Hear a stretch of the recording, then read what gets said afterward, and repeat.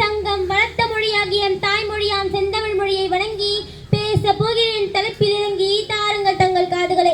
என் பெயர் ஆனூர் பாகிமான அரசு மேல்நிலைப்பள்ளி சதுரங்கப்பட்டினத்தில் 10ஆம் வகுப்பு படிக்கின்றேன்.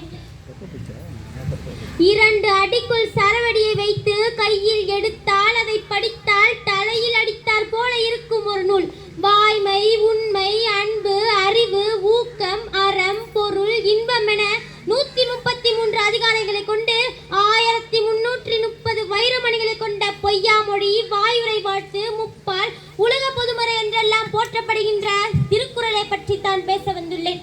தெய்வத்தால் ஆகாதனினும் உன் முயற்சியால் அதன் பயிற்சியால் மெய்யாக மெய்வருத்தி உழைத்தால் அந்த முயற்சி உன் மெய் வளர்த்த கூலி தரும் என்பதை போன்று தோல்வியில் துவண்டு குழியில் விழுந்தவனை கையை பிடித்து தூக்கி விடுவது திருக்குறள். இந்த உலகில் உள்ள அனைத்தும் மொத்தமாய் அழிந்து போனாலும் திருக்குறள் மட்டும் இருந்து விட்டால் போதும், மொத்தமாக புதுப்பித்து விடலாம் என்கின்ற சான்றோர். 2 அடிக்குள் இவ்வளவு கருத்துக்களை கூற முடியுமா என்று கேட்டால் ஆம் என்கிறார் வள்ளுவர். அதைத்தான் ஔவையாரும் அணுவை பிளந்து 7 கடலை புகட்டி குறுக தரித்து குறள் என்று தலையில் தூக்கி வைத்து கொண்டாடுகிறார். அதை விட ஒருபடி மேலே போய் வள்ளுவனை பெற்றதால் தான் பெற்றதே புகழ் வையகமே என்று, வள்ளுவன் பிறந்ததால் தான் இவ்வையகத்திற்கே புகழ் என்று ஒரே போடா போட்டு விட்டார் நம் பாரதிதாசன்.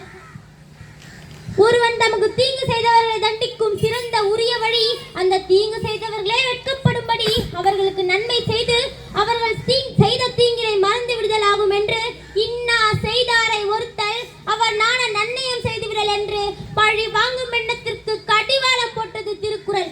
இனிய சொற்களை மட்டுமே பேசு, கனி இருப்ப காய் கவர்ந்தற்று. முயற்சி செய்தால் முடியாதது என்று எதுவும் இல்லை, முயற்சி திருவினையாக்கும். பொய்யாமையை போல உலகில் வேறு சிறப்பு இல்லை, அதுவே ஒருவனுக்கு எல்லா அறமும் தரும்.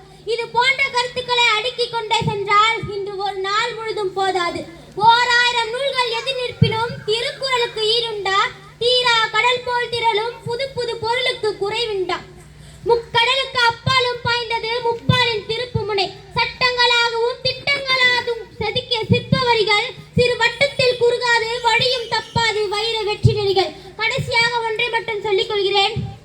திருக்குறள் படித்தால் வாழ்வு புரியும், பண்பு விரியும், ஞானம் விரியும், அறம் பெருகும், அன்பு பெருகும், அறிவு வளரும், மனமடங்கும், உயிர் ஒளிரும். உண்மை மட்டுமே சரியானது, அதன் உயர்வே என்றும் வரமாவது. பொய்யின் இன்பம் கீழானது, நேர்மையின் வாழ்வை முறையானது.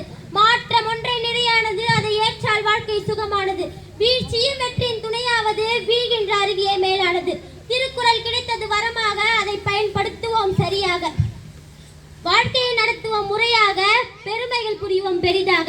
வணங்கி முடிப்பதே தமிழின் அறம், வணங்குவது என் இருக்கரம். விடை பெரிய என் பேச்சை நிறுத்தி வாய்ப்பளித்த அனைவருக்கும் நன்றி செலுத்தி உலகம் உள்ள நாள் வரைக்கும் வள்ளுவர் திருக்குறளின் புகழ் மணக்கும் என்று கூறி வாய்ப்பிற்கு நன்றி சொல்லி விடைபெறுகிறேன். நன்றி.